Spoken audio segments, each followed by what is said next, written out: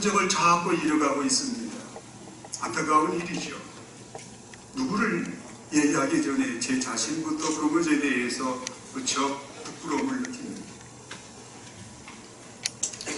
온 몸을 세우면서, 온 마음을 세우면서 부러지셨던 기도를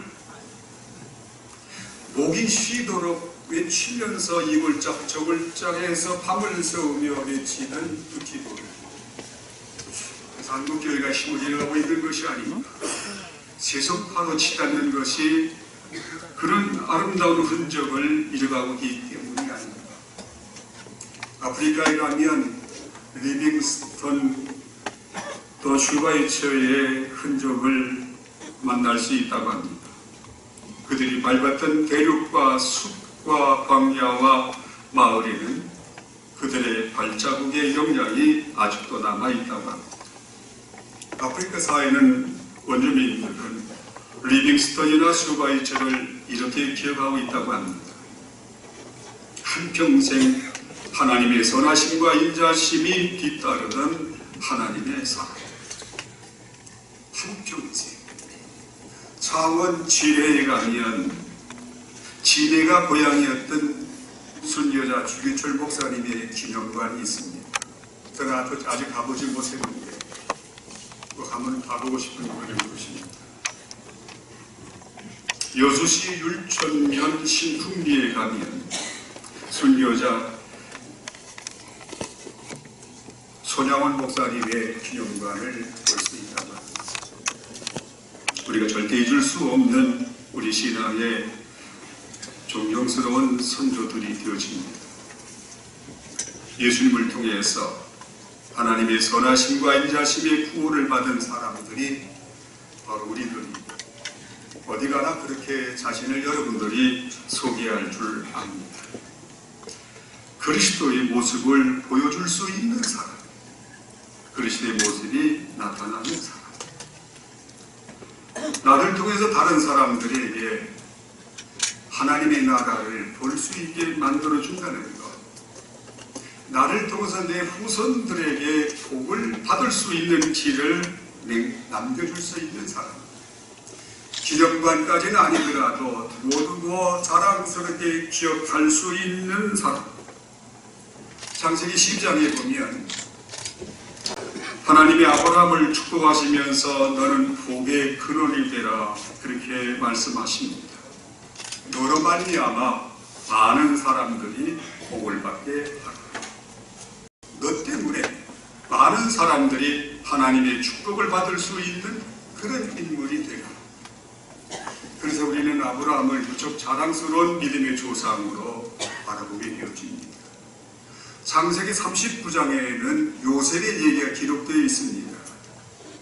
그 중에 한 구절에 보면 그가 요셉에게 자기 집과 그 모든 소유물을 주관하게 한 때부터 여호와께서 요셉을 위하여 그 애굽 사람의 집에 복을 내리심으로 여호와의 복이 그의 집과 밭에 있는 모든 소유에게 미쳤다. 요셉 때문에. 저는 우리 이번에 새로 감독이 되시는 신 목사님 때문에 우리 교단에 복이 많은 역사가 일어나기를 바랍니다. 우리 모두가 그런 기도를 가지고 새로운 그런 우리 교단의 앞날을 바라보아야 합니다. 보디발이 요셉을 그렇게 대접한 이유는 요셉에게서 하나님의 흔적을 보았기 때문입니다. 저 사람은 그러니까 내가 믿을 수 있다. 그래서 모든 것을 그에게 맡겼습니다. 내가 머무는 곳, 내가 가는 곳, 예수의 흔적을 남길 수 있어야 합니다. 예수 믿으면 저렇게 살 수가 있구나. 예수 믿으면 저렇게 멋질 수가 있다. 예수 믿으면 저렇게 존경스러운 인물이 될 수가 있구나. 그렇게 예수 이름으로 하나님의 사랑을, 하나님의 능력을 나타내기를 주 이름으로 축원합니다. 네가 그리스도인이냐? 네가 정말 하나님의 사람이냐라고 물을 때 바울처럼 당당하게 내 몸에 예수의 흔적이 있다. 더 말할 것이 없지. 당당하게 외칠 수 있는 사람이에요. 내가 살아온 날들을 보면서 하나님의 선하심과 인자하심을 보여줄 수 있고 내가 어떻게 구원받은 그 은총에 감사하면서 살아갈 수가 있는지, 그렇게 우리 뒤에는 예수 그리스도의 이름으로 축복을 남길 수 있어야 합니다. 그러면 너에게는, 그렇게 살아온 나에게는 하나님의 말씀을 통해서 그렇게 얘기합니다. 내가 짓지 않은 큰 집을 내가 주리라. 내가 심지 않은 과실을 먹게 하리라. 그 큰 집은 하나님의 나라, 큰 하나님의 천국을 말하는 것이야. 17절에 나오는 바울의 고백, 이후로 누구든지 나를 괴롭게 하지 마라. 내 몸에 예수의 흔적이 있다. 흔적을 헬라 말로 스티그마라고 합니다. 그 원문의 뜻으로는 낙인이라는 말이 더 맞는 것 같고, 그래서 표준 번역이나 또는 새 번역은 낙인이라는 말로 그렇게 번역이 됐습니다. 바울이 살던 시대에는 주인이 노예가 자기 소유인 것을 확인하기 위해서 노예 몸에 불도장을 찍었습니다. 짐승과 똑같이 치워버렸지요. 이제 이것은 내 것이다. 내가 알 수 있는 흔적을 여기에 남겨. 일종의 소유권 주장입니다. 바울이 이렇게 얘기하는 것은 나는 예수님의 것이다. 나는 예수님의 것으로 산다. 내가 예수님을 처음 만났을 때 나는 그때 사울이란 이름으로 죽었고, 예수님을 만나면서 나는 그때부터 예수님의 사람 바울로 새롭게 태어나기 때문에 이제 내가 사는 것은 내가 아니라 나를 대신해서 예수님이 사는 것이다. 그래서 바울은 그 낙인, 그 흔적이 자랑스럽다고 얘기를 합니다.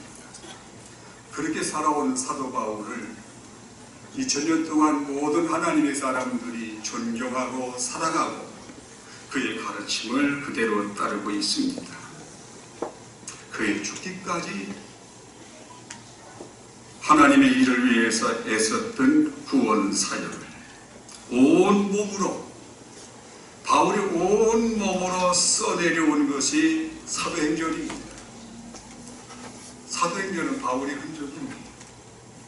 끝나지 아니하고 사도행전 마지막 부분을 미완성으로 마치게 되어집니다. 그 이후에 바울의 제자가 된 그리스도의 모든 사람들이 이어서 써내려가야 되는 것이기 때문에 지금도 여러분들을 통해서 사도행전이 써져 있다고, 쓰여지고 있다고 하는 것을 잊지 마시기를 바랍니다. 온 몸을 통해서 그렇게 살았던 것이 사도 바울이었습니다.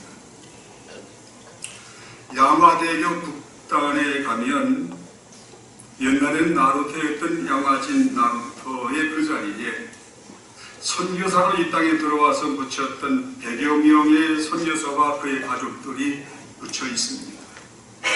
묘비마다 그분들이 어떤 삶을 살았는지, 어떤 신앙을 가졌는지를 느낄 수 있도록 그런 글들이 적혀 있습니다. 후원만 소개하겠습니다.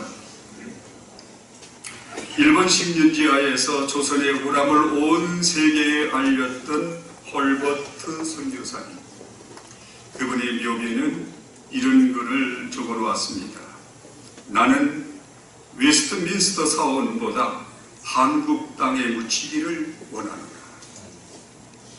1883년에 태어나서 1907년 24세의 꽃다운 나이로 미국에서 이 먼 이국 땅 조선으로 천의 몸으로 건너와서 단지 8개월 사역하다가 병이 들어 죽고 이 땅에 묻힌 루빈 캔드릭이라고 하는 선교사의 묘비에는 이렇게 기록되어져 있습니다.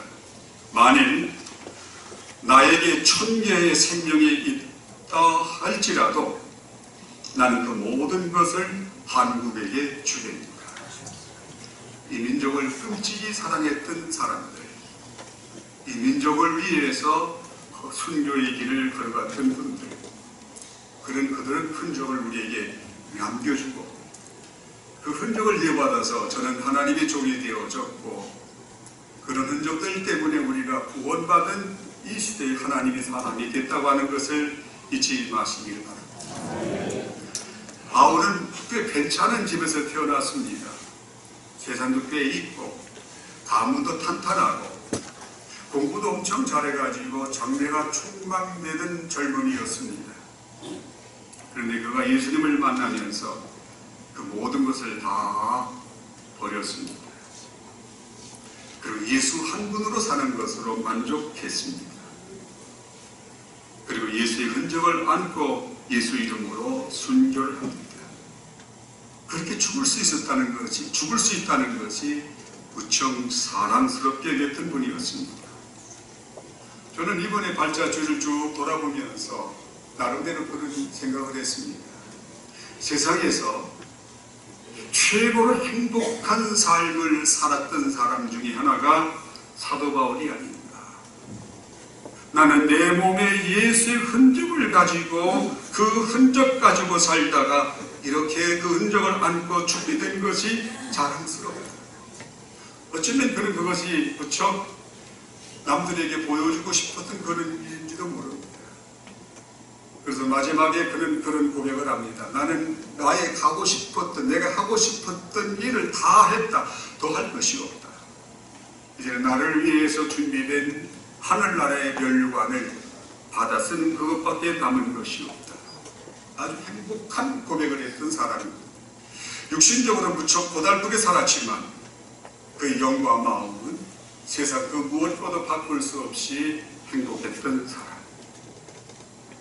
나사렛 모든 형제들이 예수님의 흔적을 가지고 바울처럼 자랑스럽게 살 수 있기를 저는 기도합니다. 나사렛 형제들이 소박하고 아름다운 것, 이것을 이루기 위해서 주님 오실 때까지 그렇게 열심히 살아간다고 하는 것. 저는 오늘 찬양대의 노래를 들으면서 깜짝 놀랐습니다. 와, 우리 요단에도 이런 노래가 있구나. 제가 무식해서 그런지 모르지만 처음 들었고 제 귀가 뻥 뚫리는 것 같았습니다. 나사렛이라고 하는 그런 어떤 영적 긍지와 자부심, 예수의 흔적이 아직 생생하게 남아있는 하나님의 사람들이 모인 나사렛 교단, 그 교단을 위해서 우리가 이렇게 한 자리에 모일 수 있고 그 교단을 위해서 지도자가 되기로 앞장선 목사님이 정말 자랑스럽고 존경스럽습니다. 나사렛을 위해서 기도하고 예수의 흔적을 자랑스러워할 수 있었으면 더 바랄 것이 없습니다. 제가 설교를 준비하다가 이런 글을 보았습니다. 어떤 초등학교 3학년 교실에서 어린아이들이 자기 집의 뿌리에 대한 이야기를 발표하는 그런 시간이 있었습니다.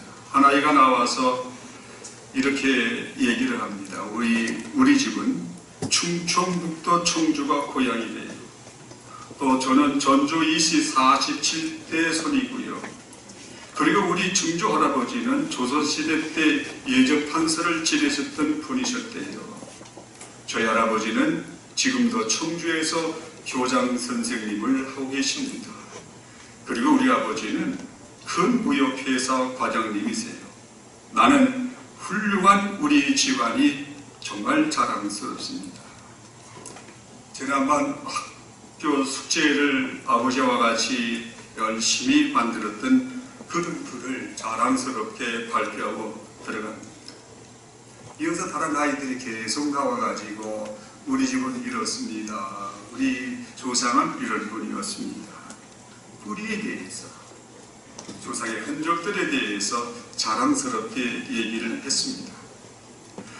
거의 마지막 순서가 되어서 한 어린아이가 조용히 발표하기 위해서 걸어 나올 때 담임 선생님이 가슴이 철렁 내려앉았습니다. 왜냐하면 그 아이가 고아원에 있었기 때문에. 저 아이는 내가 내준 숙제 때문에 얼마나 많은 상처를 받았을까. 마음이 조마조마하고 그 아이에 대해서 무척 미안한 마음이 들었다고 했습니다. 그런데 그 아이는 아주 조금도 위축되지 않고 당당하게 발표하기 위해서 앞에 나와가지고 이렇게 얘기를 했습니다. 우리 아버지는 하나님이래요. 우리 아버지는 참 많은 자녀를 가지고 계신답니다. 그래서 나에게도 아주 많은 형제들이 있어요. 그리고 우리 아버지는 이 세상의 주인이세요. 사랑도 아주 많고요. 나를 언제나 따뜻하게 품어주신답니다. 또 부러지고 자랑스럽게 발표하는 이 아이의 얘기를 듣다가 선생님은 그만 눈물을 주르르 흘리고 말았습니다. 내 흔적이 부끄럽지 않은 사람, 내 흔적이 자랑스러운 사람, 그것이 바로 예수 믿는 사람들이 가지고 있어야 할 가장 큰 덕목이라고 저는 그렇게 믿습니다. 바울은 예수님 때문에 미친 사람이란 말을 들었습니다. 바울은 예수님 때문에 육체적으로 엄청 고통을 당했습니다. 너무 많이 맞아서 죽은 줄 알고 갖다 버릴 정도로 고난을 당했습니다. 바울은 예수님 때문에 감옥에 갇히는 신세가 여러 번 있었습니다. 바울은 예수님 때문에 죽음을 당했습니다. 그러나 바울은 자신의 글에서 이렇게 얘기를 합니다. 나는 내 몸에 예수의 흔적을 가진 것이 이렇게 자랑스러울 수가 없다. 그래서 나는 예수님 때문에 후회 없이 정말 행복한 삶을 살았다. 나사렛 형제 여러분 모두가 이렇게 행복하게 살아가고 우리 새로 감독님과 더불어서 아름다운 나사렛의 사도행전을 써나갈 수 있기를 주님의 이름으로 축원합니다. 감사합니다.